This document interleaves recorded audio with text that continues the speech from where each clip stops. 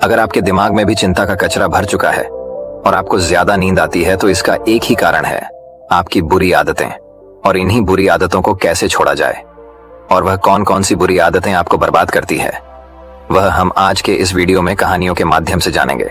तो बिना देर किए चलिए उन कहानियों की शुरुआत करते हैं। पहली कहानी, ये 10 आदतें दिमाग को कमजोर बनाती हैं।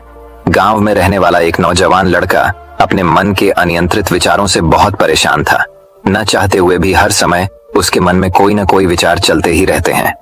जब वो कोई काम करता तो उसके हाथ पैर और शरीर दो उस काम को कर रहे होते, लेकिन उसका मन अतीत में घटी किसी घटना के ख्याल में खोया रहता। उसे अपने भविष्य को लेकर ख्याली पुलाव पकाने की भी आदत पड़ चुकी थी। वो अक्सर सोचता कि एक दिन मैं यह करूंगा, वो करूंगा, एक दिन मैं बहुत ही बड़ा और सफल इंसान बन जाऊंगा। वो अक्सर अपने भविष्य को लेकर बड़े बड़े सपने देखता हूँ और उन सपनों में खुद को हमेशा दूसरों से आगे रखता और खुद को एक नायक के रूप में प्रस्तुत करता। वह जब भी किसी महान, बुद्धिमान, वीर और साहसी व्यक्ति की कहानी सुनता या पढ़ता तो उस कहानी के नायक की जगह खुद को रख लेता और अपने ख्यालों में ही वो सभी साहसिक और महान कार्य करने की कोशिश करता जो उस कहानी के नायक ने किए होते थे। वह अवसर अपने ख्यालों में सोचता कि एक दिन में बहुत ही सफल इंसान बनेगा, जिसके पास बहुत सारा पैसा होगा, समाज में खूब इज्जत और मान सम्मान होगा। वह एक बहुत ही सुंदर और सुशील लड़की से शादी करेगा और खुशी खुशी अपना जीवन व्यतीत करेगा। वह कई वर्षों से ऐसा ही सोचता जा रहा था। उसे लगता था कि उसका जीवन एकदम से बदल जाएगा, वो एकदम से सफल बन जाएगा। लेकिन उसके साथ आज तक ऐसा कुछ भी चमत्कार नहीं हुआ था, बल्कि समय बीतने के साथ उसकी हालत और भी खराब होती जा रही थी। और इसका सबसे बड़ा कारण था उसका एक्शन न लेना, यानी काम न करना।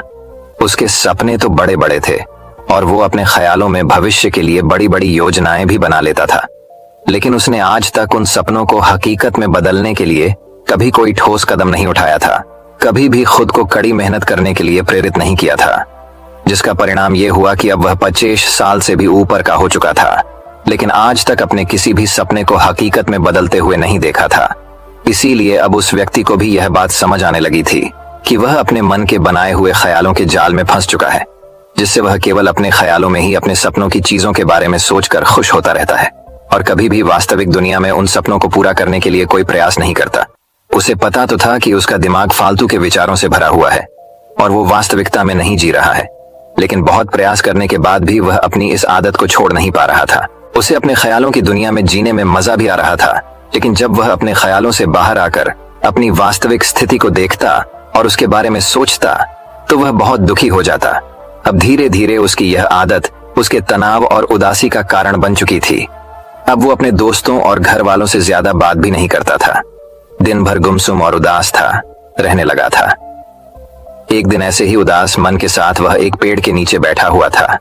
तभी उसका एक मित्र उसके पास आता है और उससे कहता है, मित्र, हमारे गांव में एक बहुत ही प्रसिद्ध बौद्ध भिक्षु पधारे हुए हैं और मैंने सुना है कि वह मन और मन की शांति से जुड़ी हर एक समस्या का समाधान बहुत ही आसानी से कर देते हैं। मुझे लगता है कि तुम्हें उनसे एक बार जरूर मिलना चाहिए, वो तुम्हारी समस्या का समाधान कर सकते हैं। अपने मित्र की बात सुन वो है। नौजवान व्यक्ति खुश हो जाता है और उन्हें बौद्ध भिक्षु से मिलने चल पड़ता है। थोड़ी देर बाद वह बौद्ध भिक्षु के समक्ष पहुंच जाता है, जो कि एक वृक्ष के नीचे ध्यान मुद्रा में बैठे हुए थे।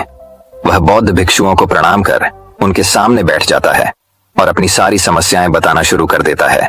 वह कहता है, मेरा मन हर समय असंख्य विचारों से भरा रहता है, इसमें बेवजह के विचार हर समय चलते ही रहते हैं। मैं कोई काम कर रहा होता हूँ तब भी मेरा मन अतीत या भविष्य के किसी विचार में ही खोया रहता है। मैं कितना ही प्रयास कर लूं पर यह मेरी एक नहीं सुनता। मैं अपने इस अशांत मन को शांत करना चाहता हूँ, इसे खाली करना चाहता हूँ, इसे एकाग्रचित करना चाहता हूँ, जिसमें मैं अब तक का सफल रहा हूँ। मैं आपके पास बड़ी उम्मीद लेकर आया हूँ, कृपया मुझे कोई रास्ता दिखाए। उस नौजवान व्यक्ति की ये सारी बातें ध्यान से सुनने के बाद बौद्ध भिक्षु ने कहा, जिंदगी खुशहाल और मन शांत तो तभी होगा ना जब जो गलतियां कर रहे हो उन गलतियों को करना बंद कर दोगे। पहली गलती है पर्याप्त नींद ना लेना, पूरी नींद ना लेना। शरीर और मन को कई तरह से नुकसान पहुंचाता है।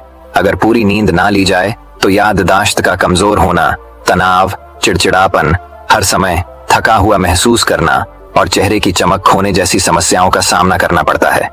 इसके साथ ही कम सोने से समस्याओं का समाधान निकालने के दिमाग की क्षमता पर असर पड़ता है और दिमाग को तुलनात्मक अध्ययन करने में दिक्कत आती है। इसीलिए रोजाना कम से कम 5-6 घंटे की गहरी नींद लेना जरूरी है। नींद मानव जीवन के लिए महत्वपूर्ण होती है, क्योंकि यह हमारे शारीरिक और मानसिक स्वास्थ्य को सुरक्षित रखने का माध्यम होती है। रोज पर्याप्त गहरी नींद लेने से हमारी शारीरिक क्षमता बढ़ती है, मानसिक तनाव कम होता है और जीवन की गुणवत्ता में सुधार होता है। हमारी दिनचर्या में नींद का बहुत ही महत्वपूर्ण स्थान है, क्योंकि यह हमें दिन भर की थकान और तनाव से राहत दिलाती है। यदि किसी कारणवश तुम पूरी नींद नहीं ले रहे हो तो इससे तुम्हारे शारीरिक और मानसिक स्वास्थ्य पर बहुत बुरा असर पड़ रहा है। शारीरिक स्वास्थ्य के पहलू में नींद का अभाव तुम्हारी शारीरिक क्षमता को कम कर सकता है, क्योंकि नींद के दौरान हमारे शरीर की मरम्मत, सफाई और इसके ऊर्जा स्तर में सुधार होता है। लगातार कम नींद लेने से जीवन की गुणवत्ता में गिरावट आने के साथ साथ हमारे शरीर की प्रतिरक्षा प्रणाली भी कमजोर पड़ने लगती है, जिससे बीमारियों का खतरा बढ़ जाता है। और मानसिक स्वास्थ्य के पहलू में पर्याप्त नींद न लेने से मानसिक तनाव बढ़ सकता है और मानसिक स्वास्थ्य पर असर डाल सकता है। नींद के अभाव में मानसिक तनाव और चिंता की स्थिति में वृद्धि होती है, जिससे तुम्हारी दिनचर्या, निर्णय लेने की क्षमता और उत्साह पर असर पड़ता है। नींद के अभाव से बच्चों और युवाओं की शिक्षा कार्य पर भी असर पड़ सकता है। उनकी याददाश्त, समझ और नैतिकता पर असर पड़ सकता है, जिससे उनकी शिक्षा कार्य में प्रगति रुक सकती है। इसके साथ ही पूरी नींद ना लेना तुम्हारी व्यक्तिगत जीवन शैली पर भी असर डालता है।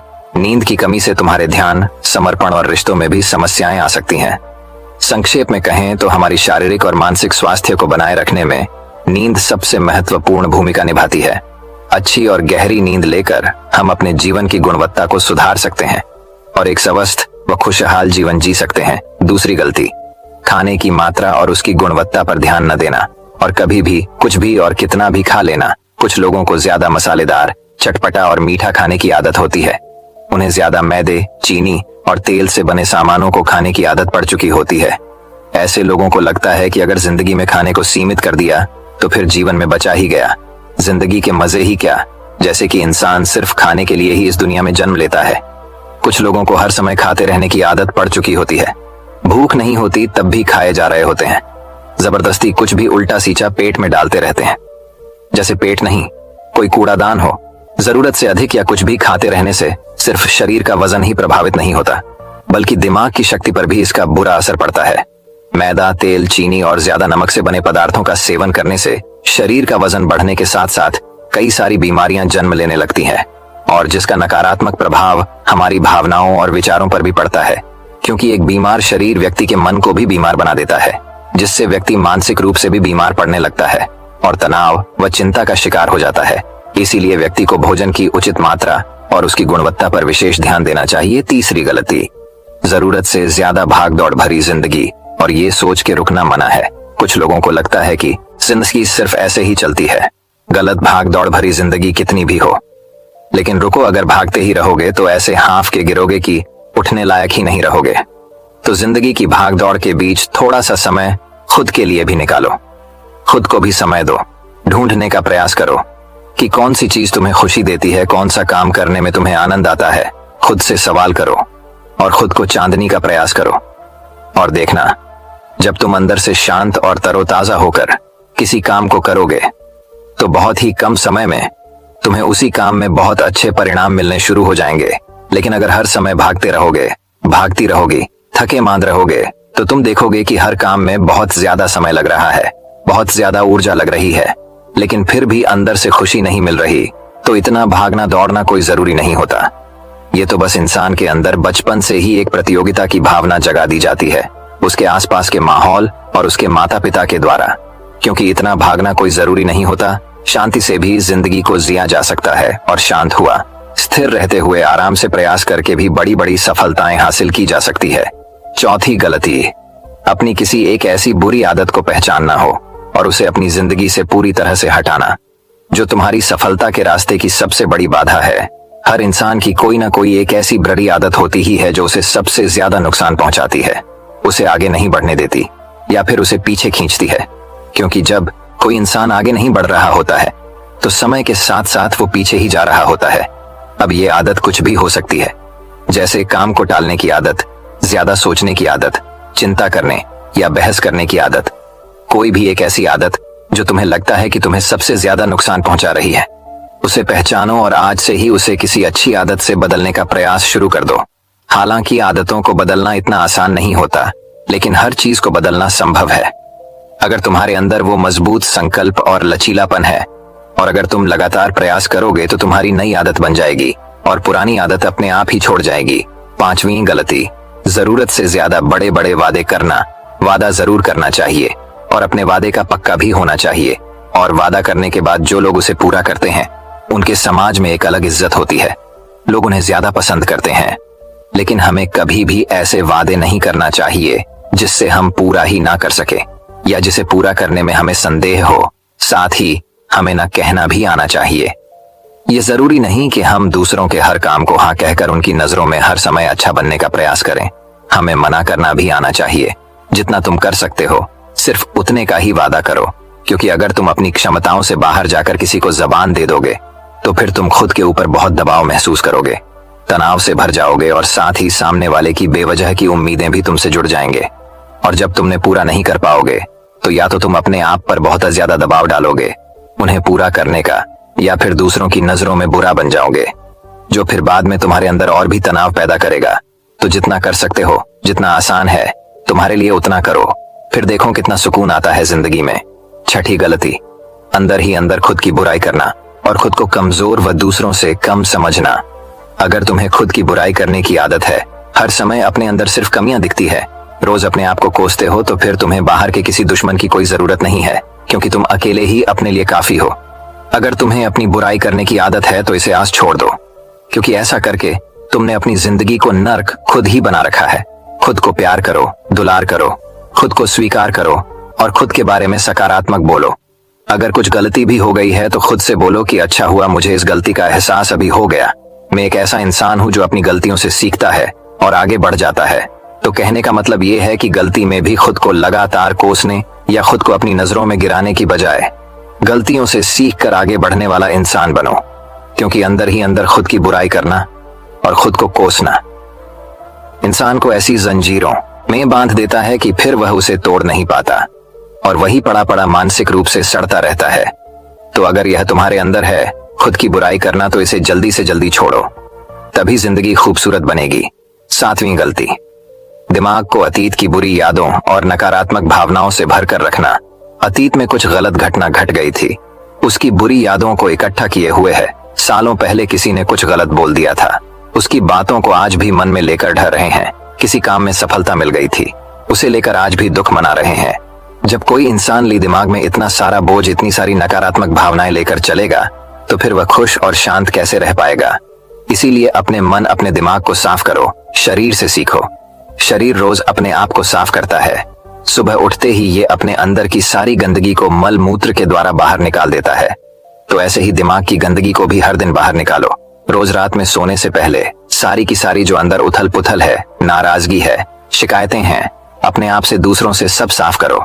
इसके साथ ही हर सुबह कुछ समय निकालकर ध्यान और प्राणायाम का अभ्यास करो। जिंदगी बहुत ज्यादा खुशहाल बन जाएगी। 8वीं गलती, अवास्तविक अपेक्षाएं या उम्मीदें रखना। उम्मीद या अपेक्षाएं रखना हम इंसानों का शुरू कर देते हैं, स्वभाव है। लेकिन जब अपेक्षाएं बेबुनियादी और जरूरत से अधिक हो जाती है तो फिर ये हमें हर समय तनाव में रखती है, दूसरों से भी लड़ाई झगड़े करवाती है और फिर हम अपनी जिंदगी से असंतुष्ट रहना शुरू कर देते हैं। हमें अपने जीवन के नकारात्मक चीजें ज्यादा नजर आने लगती हैं और हमें लगने लगता है कि हमारी इच्छाएं तो कभी पूरी होगी ही नहीं। अधूरी इच्छाओं का एक पूरा बोझ हम अपने सर के ऊपर रख लेते हैं और ऐसा लगने लगता है कि हम बोझ तले दबते जा रहे हैं। जिंदगी से निराशा होने लगती है, लक्ष्य को पाने का मन नहीं करता, अच्छे संबंध बनाने का मन नहीं करता, अच्छा खाना खाने का मन नहीं करता, कहीं आने जाने का मन नहीं करता। पूरी तरह से एक तनाव और उदासी भरा माहौल अपने आसपास बना लेते हैं। इसीलिए अवास्तविक और बेवजह की उम्मीदें रखना बहुत गलत है। हमेशा वास्तविक और सही उम्मीदें ही रखना चाहिए और हमेशा मान के चलो कि इन वास्तविक उम्मीदों के साथ भी कुछ उलटफेर हो सकती है। जैसे होते होते भी कई बार काम नहीं हो पाएंगे और ये सारी घटनाएं आम बात है। जो आज नहीं हो पाया वो कल हो जाएगा, जो कल नहीं हो पाएगा वो परसों हो जाएगा। उम्मीद में दुनिया कायम है, लेकिन अपने आप को किसी भी हालत में चिंता और तनाव में नहीं लाना है। शांत और स्थिर रहना है। गलती बुरे लोगों या बुरे रिश्तों से दूरी न बना पाना। अगर रिश्ते हो तो अच्छे हो, इसमें प्रेम हो, परवाह हो, सम्मान हो। लेकिन अगर किसी स्वार्थी और चालक व्यक्ति के साथ तुम्हारा रिश्ता बन गया है जो रोज रोज का सिरदर्द बना हुआ है, रूठना मनाना यही चलता रहता संबंधों में, अपने आप को खूब दबाना पड़ता है, डर के जीते हो, बस गुस्सा ही तुम्हारे अंदर रहता है। तो ऐसे रिश्ते से खुद को दूर कर लो, ना हो कोई वो ज्यादा अच्छा है। अकेले में बहुत सुकून है, लेकिन अगर कोई ऐसा व्यक्ति है जो रोज रोज का सिर दर्द बना हुआ है, तो इससे तो जिंदगी तहस नहस हो जाती है। अगर उनसे ऐसे घनिष्ठ संबंध है, इसे पूरी तरह से नहीं छोड़ा जा सकता, तो फिर ऐसी स्थिति में संबंधों को सीमित कर दो, और जिन लोगों से तुम पीछा छुड़ा सकते हो उन लोगों को तो बिल्कुल अपनी जिंदगी से बाहर निकाल दो और अपनी जिंदगी में सुकून लाओ। इतना कहने के बाद बौद्ध भिक्षु ने अपनी बात समाप्त की और कहा, तो ये थी वो कुछ गलतियां जिन्हें अगर तुम सुधार लेते हो तो तुम्हारी जिंदगी फिर से शांति, सुकून और खुशी से भर जाएगी। दोस्तों, एक और गलती जो आज के समय में हमारे मन को अशांत और बेचैन रखती है, वो है digital devices and social media का अतिथि यूज करना। अब आज के समय में तो डिजिटल डिवाइसेस को अपनी जिंदगी से पूरी तरह अलग करना लगभग असंभव है, लेकिन जो लोग बेमतलब का इन सब डिवाइस में लगे रहते हैं, जिनका कोई काम ही नहीं है, लेकिन फिर भी चिपके रहेंगे, नेटफ्लिक्स देखते रहेंगे, सोशल मीडिया स्क्रॉल करते रहेंगे, एक पागलपन की हद तक पूरा दिन इन डिवाइसेस में ही गुजार देंगे। ये आदत बहुत ज्यादा खराब है। जितना आपके काम के लिए जरूरी है सका यूज करिए, लेकिन इसमें भी बीच बीच में ब्रेक लेना, रेस्ट लेना जरूरी होता है। नहीं तो ये है आपके अंदर की बहुत सारी चीजों को खराब कर देगा। आपके चेहरे की चमक कम हो जाती है, आपकी नींद पर भी असर पड़ता है। यह आपके अंदर ज्यादा सोचने की आदत बढ़ाकर तनाव पैदा कर देता। इसीलिए आपको जितना हो सके इनसे दूरी बनाकर रखना है, क्योंकि कुछ चीजों को तो हम बिल्कुल छोड़ सकते हैं, जैसे जंक फूड, लेकिन डिजिटल डिवाइसेस को पूरी तरह से छोड़ना प्रैक्टिकली पॉसिबल नहीं है, क्योंकि आजकल सब कुछ टेक्नोलॉजी से जुड़ा हुआ है। और अगर हम कंप्लीट डिजिटल डिटॉक्स कर लेंगे तो फिर हम अपने लाइफ में आगे नहीं बढ़ पाएंगे। इसीलिए इसको पूरी तरह से छोड़ना नहीं, लिमिट करना है। कुछ चीजों को छोड़ना होता है और कुछ चीजों को लिमिट करना होता है। इसे लिमिट कर लो, जिंदगी अच्छी हो जाएगी। तो दोस्तों, उम्मीद करता हूं आपको इस कहानी से एक अच्छी सीख मिली होगी। ये कहानी आपको कैसी लगी हमें कमेंट बॉक्स में कमेंट करके जरूर बताएं। तो दोस्तों, अब चलिए हमारे दूसरे कहानी की शुरुआत करते हैं। दूसरी कहानी गौतम बुद्ध की कहानी। जितना सीधा बनोगे उतना धोखा खाओगे। गौतम बुद्ध ने कहा था कि एक क्रूर जंगली जानवर की तुलना में एक धोखेबाज और दुष्ट मित्र से अधिक डरना चाहिए, क्योंकि जानवर केवल आपके शरीर को नुकसान पहुंचाता है, लेकिन एक कपटी और धोखेबाज मित्र आपकी बुद्धि को नुकसान पहुंचाता है। केवल एक बुरा मित्र ही आपको ऐसी स्थिति में पहुंचा सकता है जहां आप महसूस करें कि यह दुनिया बहुत बुरी है, अब यहां रहने से क्या फायदा। और ऐसा ही होता है जब आपको धोखा दिया जाता है। आपको धोखा दिया जाता है और केवल वही व्यक्ति धोखा खाता है जो दूसरे पर आंख मूंद कर भरोसा करता है। हम तुरंत किसी पर भरोसा नहीं करते, भरोसा धीरे धीरे बढ़ता है, लेकिन एक समय के बाद यह भरोसा इतना मजबूत हो जाता है कि हम उस व्यक्ति के प्रति अपनी आंखें, कान और दिमाग बंद कर लेते हैं। और तब ऐसी स्थिति होती है कि हमारा सबसे भरोसेमंद व्यक्ति ही हमें सबसे बड़ा धोखा दे देता है, कि हमारा संसार से विश्वास उठ जाता है और हम हर किसी को संदेह की दृष्टि से देखने लगते हैं। वास्तव में यह संसार धोखे पर चल रहा है। हम किसी न किसी को धोखा देते रहते हैं हमारे जीवन में कहीं ना कहीं, और लोग भी हमें धोखा दे रहे हैं। दूसरों द्वारा धोखा देना तो समझ में आता है, लेकिन हम खुद को वर्षों से धोखा दे रहे हैं। हम खुद को ऐसी चीजों के बारे में समझाते हैं ताकि हमें सच्चाई का सामना न करना पड़े और हम अपनी ही छोटी सी दुनिया में खोए रहे। धोखा या विश्वासघात दो धारी तलवार की तरह है।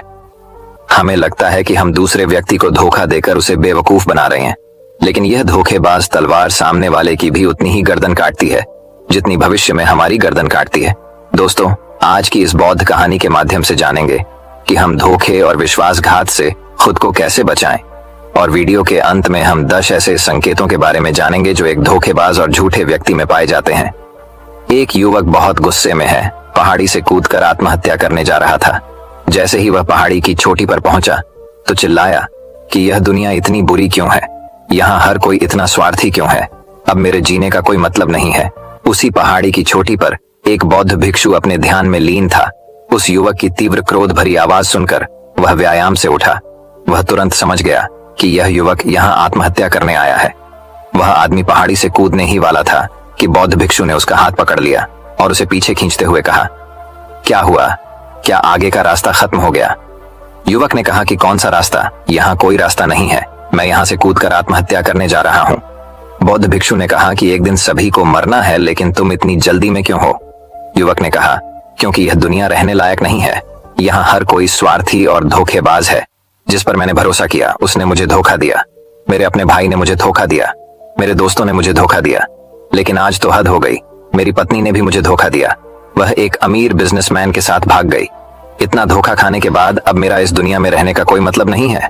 स्वार्थी दुनिया में किसी पर भी भरोसा नहीं किया जा सकता, इसलिए मैं आत्महत्या करने जा रहा हूँ। बौद्ध भिक्षु: क्या तुम स्वार्थी नहीं हो? क्या आप पर भरोसा किया जा सकता है? उस व्यक्ति ने कहा, मैंने आज तक किसी को धोखा नहीं दिया, किसी को धोखा नहीं दिया। आप चाहे तो मेरे गांव जाकर पूछ सकते हैं। लोग अक्सर मेरा फायदा उठाते हैं, लेकिन मैंने आज तक किसी का बुरा नहीं किया। बौद्ध भिक्षु ने कहा, मैं तुम पर भरोसा नहीं कर सकता। तुम्हें मुझे यह साबित करना होगा कि तुम स्वार्थी व्यक्ति नहीं हो। व्यक्ति ने पूछा, मुझे यह साबित करने के लिए क्या करना होगा? तुम्हें साथ रहना होगा। मैं अगले 1 साल तक अपने आश्रम में रहूंगा, तभी मुझे पता चलेगा कि आप एक ईमानदार व्यक्ति हैं या आप भी दूसरों की तरह स्वार्थी और धोखेबाज हैं। आदमी ने कहा, ठीक है, मैं 1 साल तक आपके साथ आपके आश्रम में रहूंगा और खुद को साबित करूंगा। बौद्ध भिक्षु लाया वह युवक उसके साथ उसके आश्रम में गया और उसे अपना शिष्य बना लिया। अगली सुबह बौद्ध भिक्षु ने नए शिष्य को अपने पास बुलाया। मुझे आप पर भरोसा नहीं है, लेकिन आप फिर भी जाकर भिक्षा मांगते हैं। तब तक मैं आपके अन्य गुरु भाइयों को शिक्षा देता हूँ। वह युवा शिष्य गुरु को प्रणाम कर भिक्षा मांगने चला गया। आज से पहले उसने कभी भी भीख नहीं मांगी थी, इसलिए उसे भीख मांगने में बहुत परेशानी हो रही थी। उसके मुंह से भीख मांगने के लिए शब्द नहीं निकल रहे थे। उसका अहंकार उसे रोक रहा था, लेकिन उसके अंदर एक अहंकार जाग रहा था। मालिक को गलत साबित करने के लिए उसने भीख मांगी और वह भिक्षा लेकर वह स्वामी के पास लौट आया। उसके हाथ में भिक्षा देखकर गुरु ने कहा कि तुम कुछ तो भरोसेमंद हो। मैंने सोचा था कि तुम भीख नहीं मांग पाओगे, लेकिन तुमने मुझे गलत साबित कर दिया। मेरे साथ मेरी कुटिया में आओ, मैं तुम्हें वहां कुछ दिखाना चाहता हूँ। गुरु शिष्य को अपने साथ अपनी झोपड़ी में ले गए। झोपड़ी के ऊपर एक बर्तन लटका हुआ था। गुरु ने झोपड़ी की ओर इशारा किया, बर्तन, और कहा, क्या तुम उस बर्तन को देख रहे हो? इसमें जहर होता है, और जहर भी ऐसा होता है कि अगर किसी व्यक्ति को दे दिया जाए तो व्यक्ति बहुत आसानी से मर सकता है और किसी को पता भी नहीं चलेगा कि उनकी मृत्यु कैसे हुई। युवा शिष्य ने कहा, लेकिन गुरु, आप मुझे ये सब क्यों बता रहे हैं? साधु ने कहा, मैं तुम्हें केवल चेतावनी दे रहा हूं कि गलती से भी इसे मत खाना। कुछ दिनों के बाद गुरु एक जंगल से गुजर रहे थे, उनके शिष्य।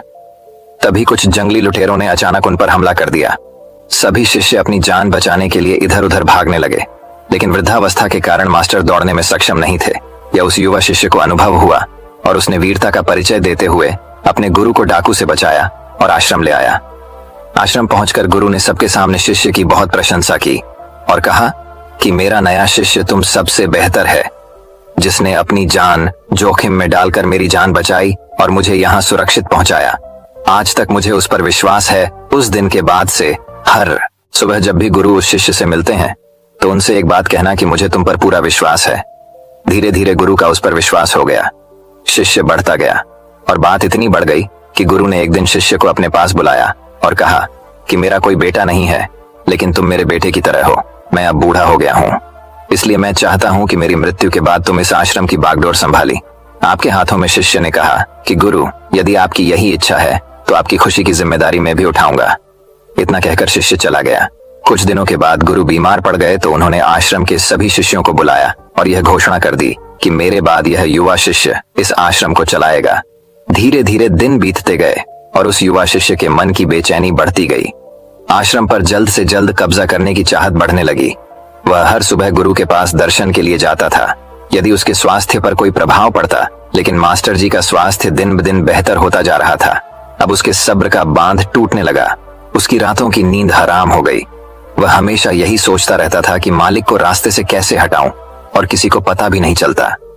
कभी कभी वह सोचता है कि मालिक को नदी में धक्का दे हों, लेकिन अगले ही पल उसे एहसास होता है कि मालिक को रास्ते से कैसे हटाया जाए।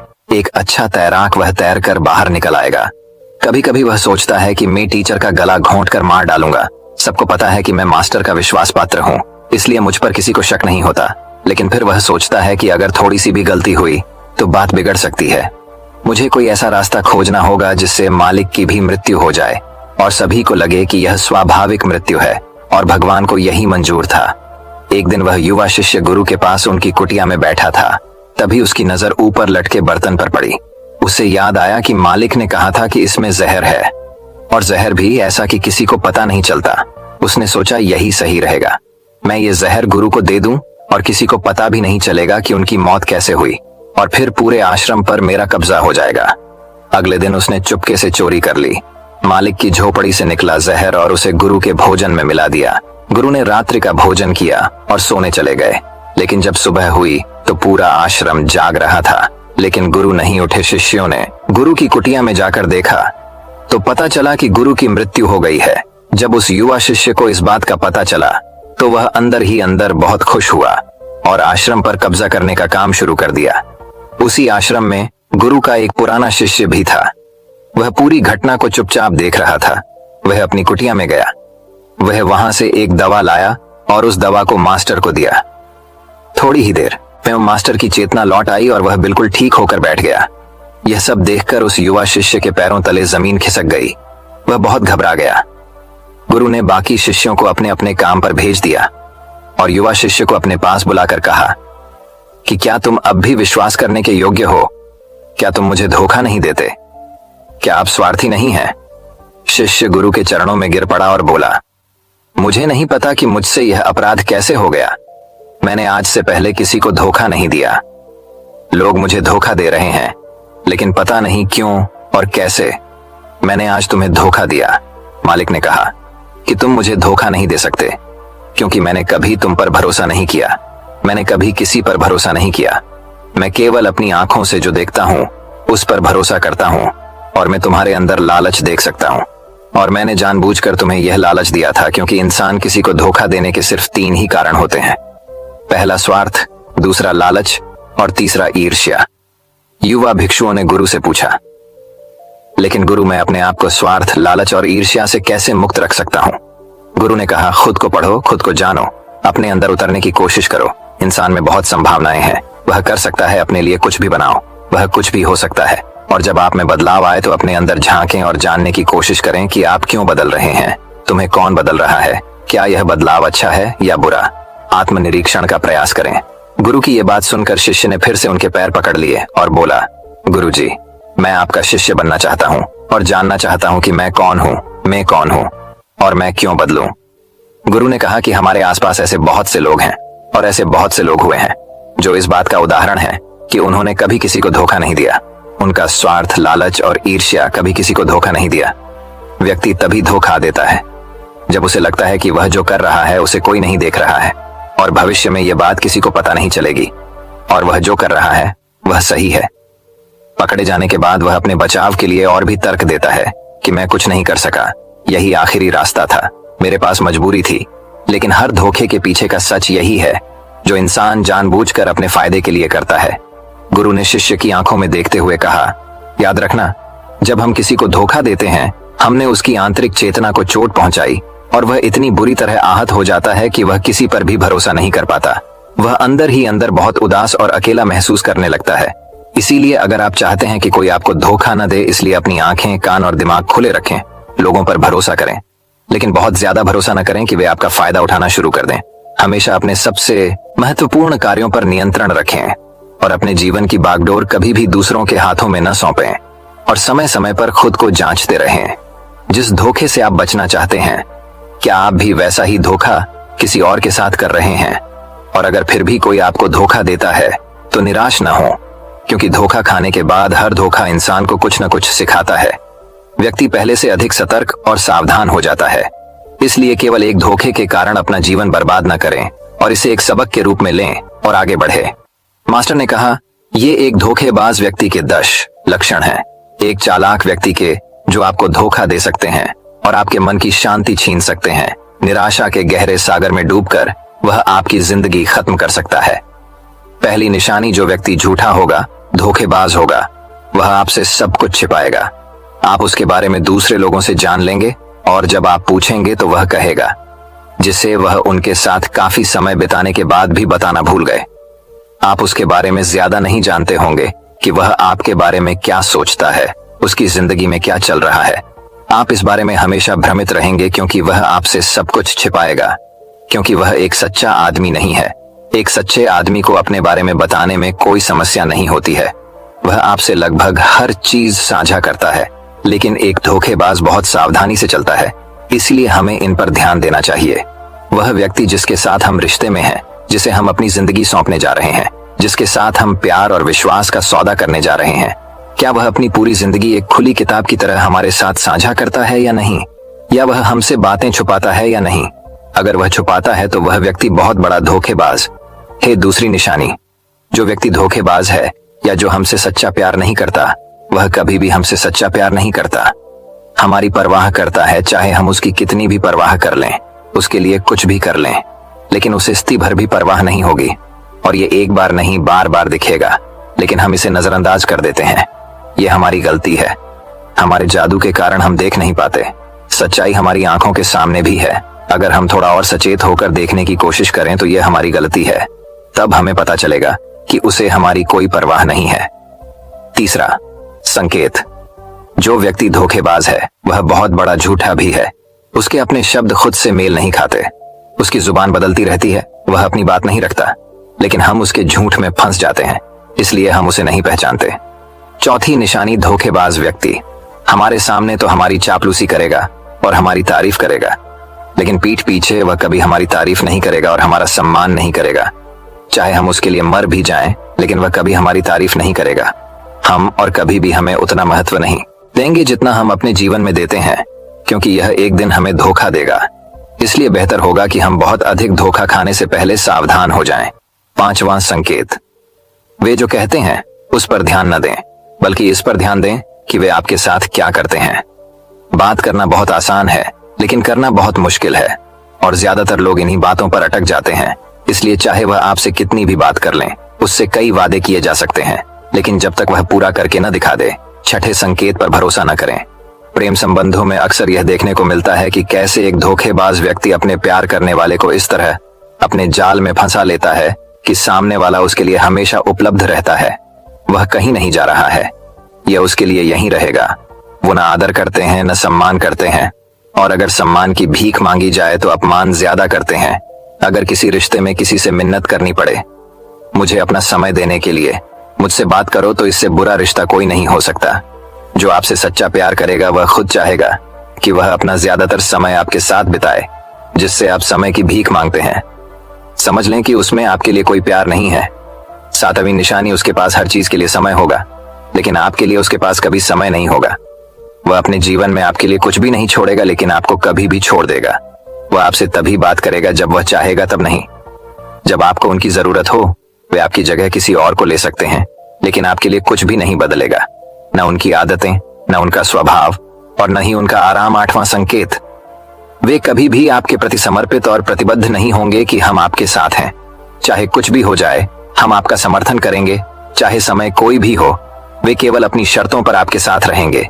जब भी वे सहज होंगे और अच्छा महसूस करेंगे, वे आपके साथ रहेंगे, और अगर इससे उन्हें थोड़ा सा भी दुख होगा तो वे चले जाएंगे, क्योंकि वे कभी भी अपनी शर्तों से बाहर नहीं आएंगे। आपके लिए कुछ भी करने के लिए आरामदायक क्षेत्र। नौवां संकेत, वे आपको हमेशा चोट पहुंचाएंगे, कभी कभी जानबूझकर, और कभी कभी उन्हें यह भी पता नहीं होता है कि वह आपको कितना चोट पहुंचा रहे हैं, और आपका दिल दुखता रहेगा। आप उस व्यक्ति के साथ खुश महसूस करेंगे जो आपसे सच्चा प्यार करता है। उसके साथ रहने से आपको यह महसूस होगा जैसे आप हवा में हल्के से उड़ रहे हैं। और अगर आप किसी धोखेबाज और गलत व्यक्ति के साथ रिश्ते में हैं, तो सब कुछ भारी और बोझिल लगेगा। ऐसा लगेगा कि कुछ गड़बड़ है। अंदर से आवाज आएगी कि यह रिश्ता आपके लिए सही नहीं है, और अगर आप इसे सुनकर भी नजरअंदाज कर देते हैं तो यह आपकी गलती है। 10वां संकेत, आप उनकी जिंदगी में कहीं नहीं हैं। उनकी जिंदगी में आपकी कोई खास जगह नहीं है। वे जब चाहें आपको आसानी से अपनी जिंदगी से बाहर कर सकते हैं, और उन्हें इससे कोई फर्क नहीं पड़ेगा। अगर आप उनकी बात पर विश्वास नहीं करते हैं और उनकी सच्चाई जानना चाहते हैं, तो कुछ दिनों के लिए उनकी जिंदगी से गायब हो जाएं। वे जीत जाएंगे, बुरा मत मानना। इससे अच्छा है कि हमारी जिंदगी से समस्या दूर हो गई है। अब हम आजाद हैं और जो चाहें कर सकते हैं। दोस्तों, अगर आप भी रिलेशनशिप में हैं ऐसे इंसान के साथ, तो होश में आ जाओ और जितनी जल्दी हो सके इससे बाहर आ जाओ। यकीन मानिए, ऐसे रिश्ते से बाहर आने के बाद तुम्हें शांति, सुकून और प्यार मिलेगा। और क्या दुनिया में केवल एक ही व्यक्ति है? यदि आप एक बुरे व्यक्ति को छोड़ देंगे तो आपके जीवन में 10 अच्छे लोग आ जाएंगे जो आपको सम्मान और प्यार देंगे। और जब तक आप इस तरह के झूठे व्यक्ति के साथ हैं तो आपको कोई अन्य अच्छाई दिखाई नहीं देगी लोग। लेकिन जैसे ही आप ऐसे धोखेबाज इंसान को छोड़ेंगे तो आपकी जिंदगी में अच्छे लोग आना शुरू हो जाएंगे। एक और बात, आजकल लोग साथ वाले हैं जिन्हें रिश्ते में प्यार में धोखा मिलता है। वो कहते हैं कि प्यार जैसा कुछ नहीं होता, सब झूठ है। आजकल सब झूठ है, पर पूरा सच नहीं है। जिस इंसान ने तुम्हें धोखा दिया है वो प्यार का मतलब नहीं जानता, लेकिन आज भी दुनिया में कई ऐसे लोग हैं जो प्यार करना भी जानते हैं और निभाना भी जानते हैं। जिन लोगों को धोखा मिला वो अपनी तरफ से सच्चा प्यार कर रहे थे। प्यार ईश्वर का दिया हुआ उपहार है और यह दुनिया प्यार पर ही टिकी है। अगर कोई गलत इंसान आपके प्यार को नहीं समझ पाया तो इसका मतलब ये नहीं है कि इस दुनिया में प्यार नहीं है। ये दुनिया प्यार से चलती है। ये सेलिब्रिटी डांसिंग की दुनिया उन्हीं की वजह से है जो प्यार करते हैं। और अंत में एक और बात दोस्तों, अगर आपको अपने परिवार के सदस्यों से धोखा मिलता है या आपको गलत समझा जाता है तो एक दूसरे की बातों को समझने की कोशिश करें, एक दूसरे को बताएं और एक दूसरे को माफ कर दें। क्योंकि दोस्तों आपको लोग बहुत मिलेंगे लेकिन आपको नहीं मिलेंगे लोग आपके परिवार को पसंद करते हैं, पूरी दुनिया में कहीं भी। और हाँ, उनकी बात अलग है जो लोग झांप के परिवार से थोड़ा बाहर हैं, जैसे आपका दोस्त, दूर का रिश्तेदार या पड़ोसी। लेकिन परिवार के सदस्यों को माफ कर देना ही समझदारी है दोस्तों। मैं उम्मीद करता हूं कि यह कहानी सुनने से आपके जीवन में अच्छे बदलाव आए होंगे। आपको इस वीडियो से क्या सीखने मिला ये कमेंट करके जरूर बताइए और अपने परिवार, दोस्तों या आपके करीबी इंसान के साथ ये कहानी शेयर करके उन्हें भी इस ज्ञान से परिचित करवाए। बाकी अगर आपको ये वीडियो दिल से अच्छी लगी हो तभी इस वीडियो को लाइक कर देना और आपने अब तक इस चैनल को सब्सक्राइब न किया हो तो चैनल को सब्सक्राइब भी जरूर कर देना। आपका हर दिन शुभ हो और खुशियों से आपका जीवन भरा रहे। धन्यवाद।